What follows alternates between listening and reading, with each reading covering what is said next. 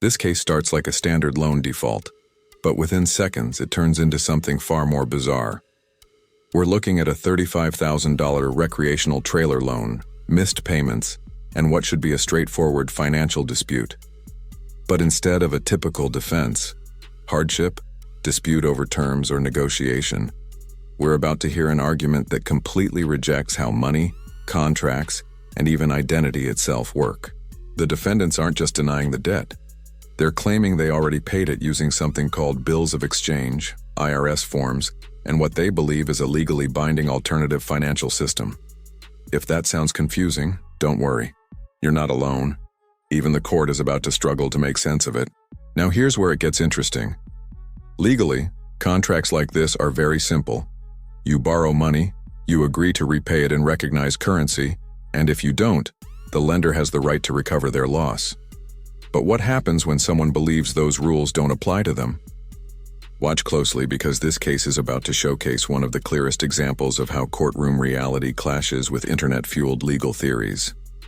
And the judge? Calm, focused, and ready to cut through all of it. So let me ask you, if someone truly believes they've paid a debt, but uses a method the law doesn't recognize, should that count?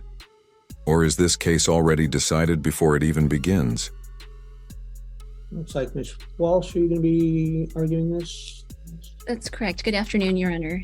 Good afternoon. I think I see a Jeffrey Lawrence. Jeffrey-Lawrence, Cowgill, beneficiary. This case involves a defaulted vehicle loan for a recreational travel trailer. Defendants executed and entered into a retail installment contract with the dealer. The last payment made on the loan account was on or about December 28th of 2021. The balance owing to plaintiff is the principal sum of $35,928.21 plus late fees in the amount of $53.88 plus accrued interest in the amount of $1,325.37.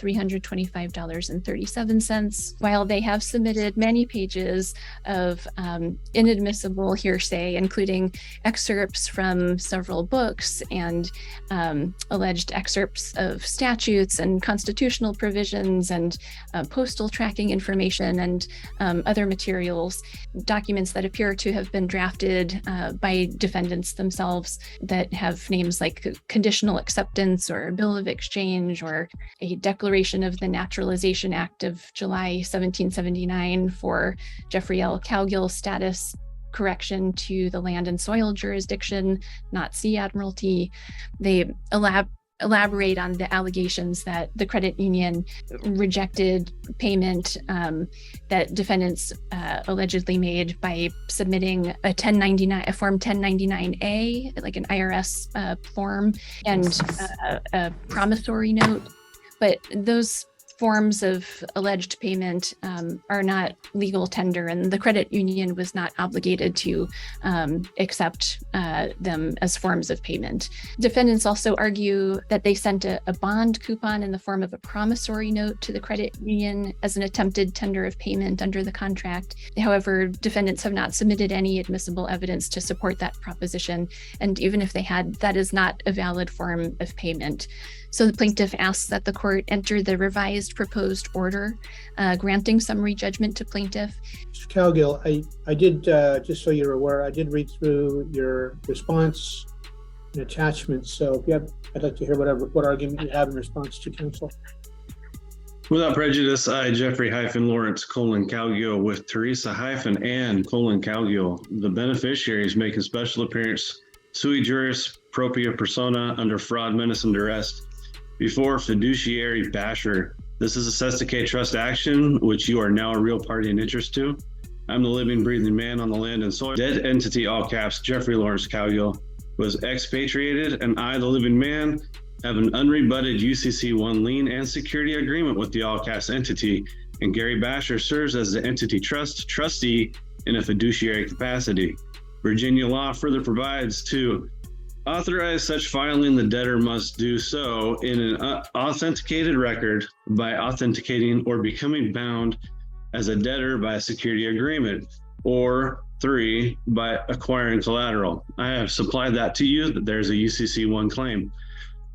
The plaintiff's agents are outlandish, stating Federal Reserve published documents are hearsay. Statutes and constitutions are admissible under 56B, as it states. The defendant may move with or without supporting affidavits for a summary judgment in such party's favor as to all or any part thereof. Since the plaintiffs have violated RCWs, UCCs, and U.S. codes, among other laws, these laws are fact and admissible per CR 56B. The plaintiff says the conditional acceptance is a nonsensical document, yet it is in Black's Law Dictionary under conditional acceptance. The definition is an engagement to pay the draft or accept the offer on the happening of a condition. A conditional acceptance is in effect a statement that the offeree is willing to enter into a bargain differing from some respects from the proposed or the original offer. The conditional acceptance is therefore in and of itself a counteroffer. We conditionally accepted the offer of the plaintiff, but the plaintiff ignored us, knowing that the conditional acceptance stated acquiescence would void the original contract. The postal tracking combined with the Esquire Scroggins letter is fact and evidence to the plaintiff receiving the bills of exchange that they did not return. The plaintiff's agent, Esquire Bertolino, admitted they received them as well. What qualifications does any of the plaintiff's agents have to declare what is and is not a bill of exchange? Since the plaintiff's agents, the Esquires, lied about the redacting and have submitted affidavits that they are not qualified to submit, how can their words be trusted? They are not bankers, nor is Mr. Howard. What is his qualifications to make such declarations? He looks at a piece of paper, the plaintiff's agents hand him, and he takes it as gold. I have people at work that know federal and state policies and procedures, but they're clueless as to what those policies and procedures are for. How can Mr. Howard be trusted acting as an entity's agent? No offense, lawyers lie all the time. Fact, Agent Howard produced a terrible photocopy that has a signature on it for the dealership that is not on our copy. Who signed the contract? Can the plaintiff's agents prove that an authorized representative for the dealership that is delegated by the plaintiff signed that contract? The plaintiff wants to rely solely on the contract, so let's talk about the contract. Who signed it for the dealership? Why hasn't the plaintiff gotten an affidavit from the dealership? Because they don't know who signed it. Washington rule does state that the photocopy can be used in the original's place unless there's genuine question of the original, and that alone poses a major question. Where is the original? Is the signature on the original more legible? Is there any other evidential factors on the original that can give us the answers to that truth? On the UCC, we did tender for payment bills of exchange, who the plaintiff's agents are not qualified to decide with their opinion what is and is not a bill of exchange. And as for where the bills of exchange are, ask the plaintiff. What did they do with them? They did not send them back. What did they do with them if not monetize them for gain? Esquire Bertolino states that the instructions on the 1099A state tangible property is not included, yet the exact wording is no reporting is required, meaning you don't have to, but you can. It does not say no tangible property, so Esquire Bertolino lied. The plaintiff has violated many UCCs, U.S. codes, not just 12 U.S.C. 5511B2, C codes and definitions on everything that the plaintiff has violated, and I have proven the facts. Why didn't the plaintiff return the documents they say are not bills of exchange with an explanation or dishonor? Why wait and have Esquire type up some bunk letter and still not return those bills of exchange? When you're doing something and you find out that there's fraud or some shenanigans going on, you stop. That would explain why we made payments until we found out that there was fraud. Payments in fiat currency were being made until we discovered the truth and the plaintiff's agents violated laws and codes. All they had to do is return the bills of exchange with dishonor and or validate the debt or answer the conditional acceptance. Instead, they ignored us. That's why we're here. Federal Reserve publications like Hearing the Truth from the Horse's Mouth state exactly how banks operate. How is that not fact? The Federal Reserve dictates what the banks can and cannot do. I'd say their publications are not only admissible, but damning to the plaintiff's complaint. As the plaintiff, they have to prove their complaint, and not only are there holes in their contract theory because of the signature, but it begs the question, why are they dismissing the UCC, which all banks and courts are bound to? And why didn't they rebut the UCC one?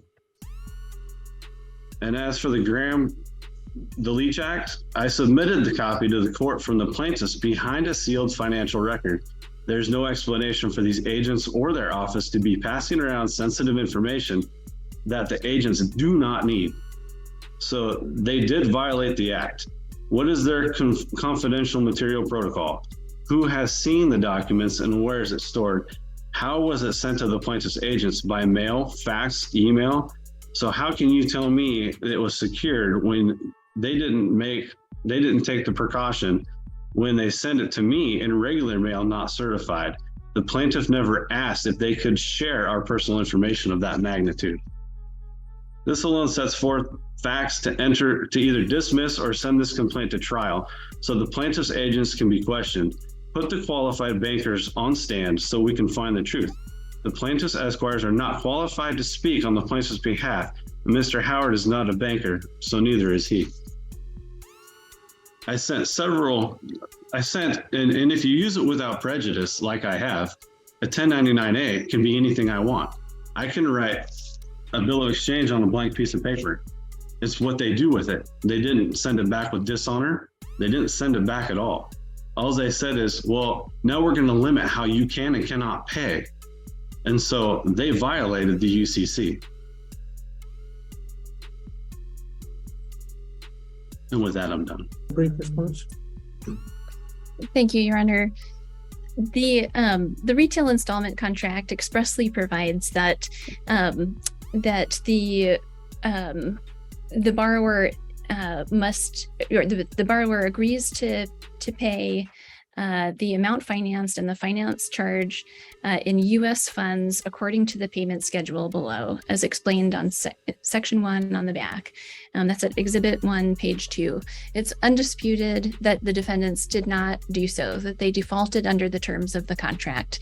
They don't dispute that they received the trailer. They don't dispute that they received this loan. They don't dispute that they made payments under this contract. They knew how to make payments under this contract. And they don't deny that they stopped making those monthly payments. There is no genuine issue of material fact that they entered into the contract, that they defaulted under the terms of the loan, and that they owe the amounts set forth in the Howard Declaration. It's, not appropriate for defendants to malign attorneys generally, or my colleague, Ms. Bertolino, in this court, with no evidence, no admissible evidence that would support any of the allegations that defendants have stated here today. There is no demonstration, no allegations, no demonstration of fraud by the credit union or by anyone. There is no, defendants just simply have not created a genuine issue of material fact regarding the credit union's claim for breach of contract or its entitlement to replevin in this case. And that is, those are the plain facts.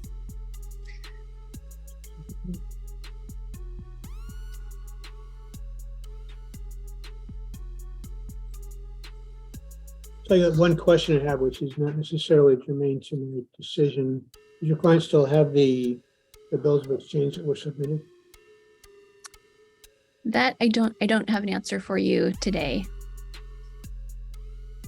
Your Honor, I've asked for them back and they just blatantly ignore me. All right. Well, when I look through this, there's a lot of interesting theories that are kind of flowing all through this. What it boils down to, from what I gather, and there seems to be undisputed, is you folks went in, you bought a trailer, on time, agreeing to make payments of some amount, pay it off. At some point in time, there was an issue arose where you decided to do something different, and then no more payments were made. There were some submissions of bills of exchange as an attempt to make a payment, as well as a 1099 as an attempt to make a payment. And I guess my answer to that is those probably would not be something you could walk into Safeway and buy a banana with, because it wouldn't be considered regular money for purposes of buying things in a retail situation. They may work in a UCC type thing or something like that. This is simply a consumer contract to buy a trailer and make payments on it. And when you're all done, you get the title. The credit union, it appears without any objection, has a security interest, which is indicated in the title as the legal owner.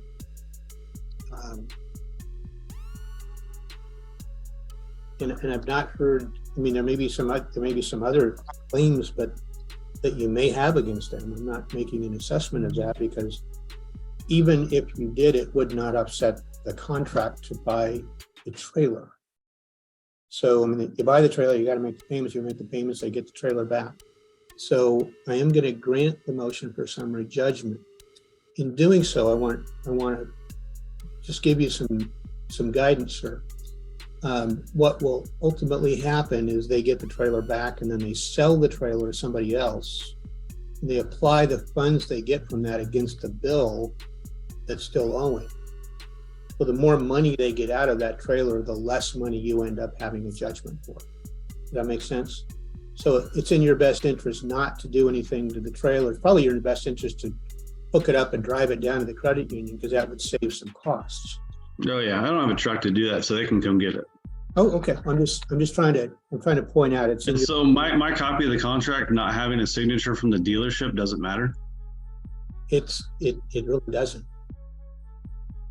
And you being the trustee in this case doesn't matter. Well, I'm not a trustee, sir. I'm a judge. You are, because I appointed you one as the beneficiary, because I'm not to do that. Okay, I'm not able to accept that as a Superior Court judge. What about them just putting out our social security numbers without our say so? Like, they could have completely ruined our credit. Someone could have those numbers and be doing damage to us right now. Well, if those were passed to the attorneys as part of the collection, then that would be something that would be allowed. If that was sent out beyond that, obviously that's a separate issue. And if in fact that were a claim that were proven, there may be something there. But again, that doesn't affect the contract. Those are all other claims that you may have. I'm not saying you do or you don't, because I don't know enough about those, even based on all the information that you filed. You filed, and I read through all the stuff you filed, because it's what I do when I do my job. So can we have those forms of payment back? Can you order them to return those to us? Well, I think it's appropriate. If there's some value in those should be returned to them. There's a lot of value in them if they still have them. And if they don't have them, then what happens if they don't return them? And there it is, the final ruling. The court grants summary judgment in favor of the plaintiff, confirming what the entire case has been building toward. The defendants entered into a valid contract, received the trailer, made some payments, then stopped, and failed to provide any legally recognized form of payment afterward. Let's be clear about what just happened. The judge didn't dismiss their claims out of hand. He listened, reviewed the documents, and gave them space to explain. But in the end, the law comes down to evidence and enforceable agreements, and there was simply no proof that the debt had been satisfied. What's more, the judge even explains the next steps: repossession, resale, and the remaining financial liability. This isn't just a loss in court. It's a real-world consequence with lasting impact. The bigger takeaway? Belief does not override contract law. And no matter how convincing an argument may sound, it has to stand up to legal standards. Now I want to hear from you. Do you think cases like this should be handled differently? Or did the judge get it exactly right? If you found this case as shocking as we did, make sure to hit that like button, share your thoughts in the comments, and don't forget to subscribe for more jaw-dropping courtroom breakdowns.